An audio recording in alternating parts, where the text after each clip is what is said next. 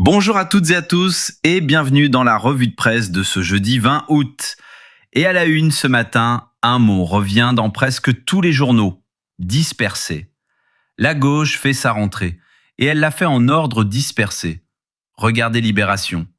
Photo pleine page, Yannick Jadot et Sandrine Rousseau dos à dos et ce titre en lettres capitales, vers où aller. Les écologistes ouvrent aujourd'hui leur journée d'été à Grenoble et Libé publie 2 entretiens qui disent tout de la fracture. Jadot d'un côté, certains veulent rejoindre Mélenchon, eh bien bon vent. Rousseau de l'autre, si LFI veut gagner, il va falloir ouvrir le dialogue. 2 options d'alliance dans le même parti, le même jour. Et l'éditorial d'Alexandra Schwarz-Brod, titré Perdu, résume la scène d'une formule. Les Verts abordent la campagne plus divisée, perdue et fragilisée que jamais. Kafka aurait adoré. Le Figaro, lui, prend le sujet par l'autre bout. En une. Raphaël Glucksmann prêt à se lancer dans la course à l'Élysée. Le coprésident de Place Publique officialiserait sa candidature dimanche soir, sur le 20h de TF1, quelques heures après le discours de rentrée de Jean-Luc Mélenchon dans la Drôme. Le Figaro cite ce haut gradé du Parti socialiste et la formule est cinglante. Il ne faut pas que tout ça finisse en bataille de chiffonniers et acte notre enterrement collectif à tous. Le journal détaille aussi la primaire socialiste des 10 et 17 octobre et cette conséquence en cascade, le probable retrait de Léa Salamé du 20h de France 2. Et les Échos ? Le quotidien économique met les deux bouts ensemble. La gauche aborde la rentrée et la présidentielle en ordre dispersé. Avec cette phrase de Manuel Bompard, coordinateur de la France Insoumise, tendue comme une main. Si les écologistes veulent s'engager en soutien et dans la campagne de Jean-Luc Mélenchon, ils sont les bienvenus. À 8 mois du scrutin, chacun avance ses pions. Deuxième grand sujet, et il fait la une du Figaro sur toute la largeur. L'alarmante percée du crack, la drogue du zombie. Le journal raconte comment ce dérivé de la cocaïne, longtemps cantonné à Paris, se répand désormais partout. Marseille, Nantes, Villeurbanne et même Alençon, 27 000 habitants, où 5 dealers ont été interpellés en une seule opération, 135 sachets de crack saisis. Les saisies de cocaïne ont été multipliées par 6 en 20 ans en France. Et le Figaro pointe un phénomène nouveau. Des usagers, parfois bien insérés socialement, une infirmière, des salariés d'usine en 3-8. L'éditorial de Vincent Trémollet de Villers s'intitule « Défonce nationale ». Il réclame des renforts pour le renseignement et l'ordre public, mais il va plus loin. Personne n'a jamais forcé physiquement quelqu'un à consommer de la drogue, écrit-il, avant d'appeler à revenir aux causes profondes et à la crise existentielle qu'elle révèle. On passe aux Parisiens et à une information de société majeure. Bandeau bleu en une, fin de vie. Qui, précisément, pourra demander une aide à mourir? La loi a été promulguée mercredi au journal officiel. Le Parisien détaille point par point. Réservé aux majeurs, les mineurs sont exclus, les personnes sous tutelle pourront formuler une demande, une affection grave et incurable engageant le pronostic vital est exigée, une souffrance psychologique seule ne suffit pas. Les soignants et les pharmaciens conservent leur clause de conscience. Entrée en vigueur visée, début 2027. Et cette mise en garde de Jean-Luc Romero dans le journal. Il faut se dépêcher, ce n'est pas le Rassemblement national qui va signer les décrets d'application. À l'international maintenant, et le même homme fait la une de 3 journaux. Mikhailo Fedorov. Libération lui consacre son grand format. L'ancien fidèle qui veut défier Volodymyr Zelensky. L'ex-ministre de la Défense, limogé le 15 juillet, a publié mardi une vidéo de 10 minutes réclamant la restauration du processus démocratique et la tenue d'élections. Le Figaro raconte la riposte. Dans la douleur, Zelensky impose son nouveau ministre de la Défense, Yevhen Kmara, confirmé mercredi par la Rada. Et le journal cite un sondage qui éclaire tout. À peine 15% des Ukrainiens souhaitent des élections avant la fin des hostilités. 60% les veulent après la fin complète de la guerre. Le Parisien, lui, éclaire l'héritage de Fedorov avec un reportage épatant. Brave One Market, un Amazon pour la guerre. Une place de marché où 2000 drones et systèmes de brouillage se paient en points gagnés au combat.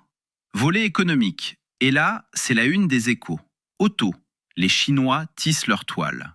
Les constructeurs chinois multiplient les concessions en France. BYD est passé de 20 sites à 115, avec 200 visés d'ici la fin de l'année. Leapmotor, adossé au réseau de Stellantis, affiche déjà 138 points de vente. Et le chiffre qui claque, 8% de part de marché en juillet dans l'Hexagone, un record. L'éditorial de Jean-Marc Vittori s'intitule « La grande banalisation » et se termine par une phrase toute simple « Que les meilleurs gagnent ». Dans le même journal, 2 alertes. Les marchés mondiaux surveillent les taux comme le lait sur le feu. Le rendement du Trésor américain à 30 ans au plus haut depuis 2007 et le Trésor obligé de voler au secours de sa propre dette. Et la Banque centrale européenne, elle, prévient d'un risque de brusque chute des valeurs de l'intelligence artificielle. En écho, le Figaro consacre un dossier aux terres rares. 85% du raffinage mondial reste aux mains de la Chine et les industriels de la défense français cherchent des substituts. Olivier Andriès, patron de Safran, dénonce une arsenalisation des chaînes d'approvisionnement. Volet technologique et il est partout ce matin. Le Parisien fait sa une sur les lunettes connectées. Bientôt sur tous les nez. Plus de 7 millions de paires de Ray-Ban Meta vendues dans le monde en 2025. Les ventes ont doublé en France au 2e trimestre. Mais le journal consacre toute une page à l'inquiétude des femmes filmées à leur insu avec ce surnom qui circule sur les réseaux, les pervert glasses. L'éditorial de Tanguy de Lespinay pose la question autrement. Celui qui porte les lunettes choisit de les acheter. Celui qui se trouve en face et qui peut être filmé, enregistré, analysé, lui n'a rien choisi.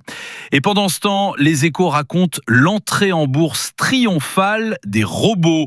L'action du chinois Unitree a bondi de 500% à Shanghai.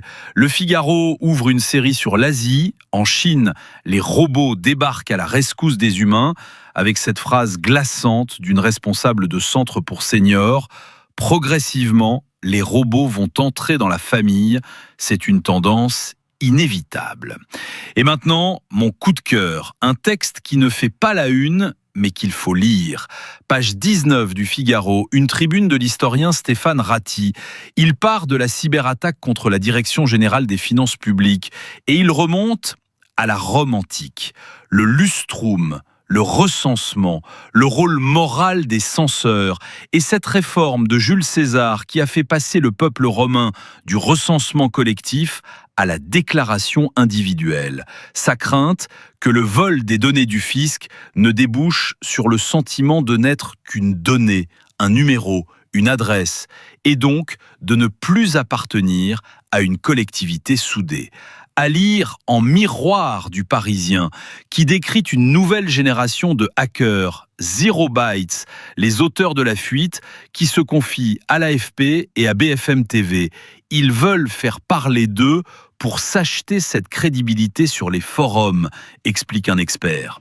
Un mot de climat parce que c'est saisissant.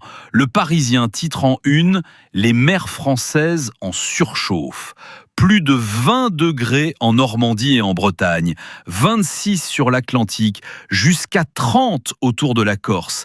Et Météo France redoute un automne diluvien sur un sud-est frappé par une sécheresse historique. Ce sont les prémices du changement climatique. Il va falloir s'y habituer, dit un ingénieur.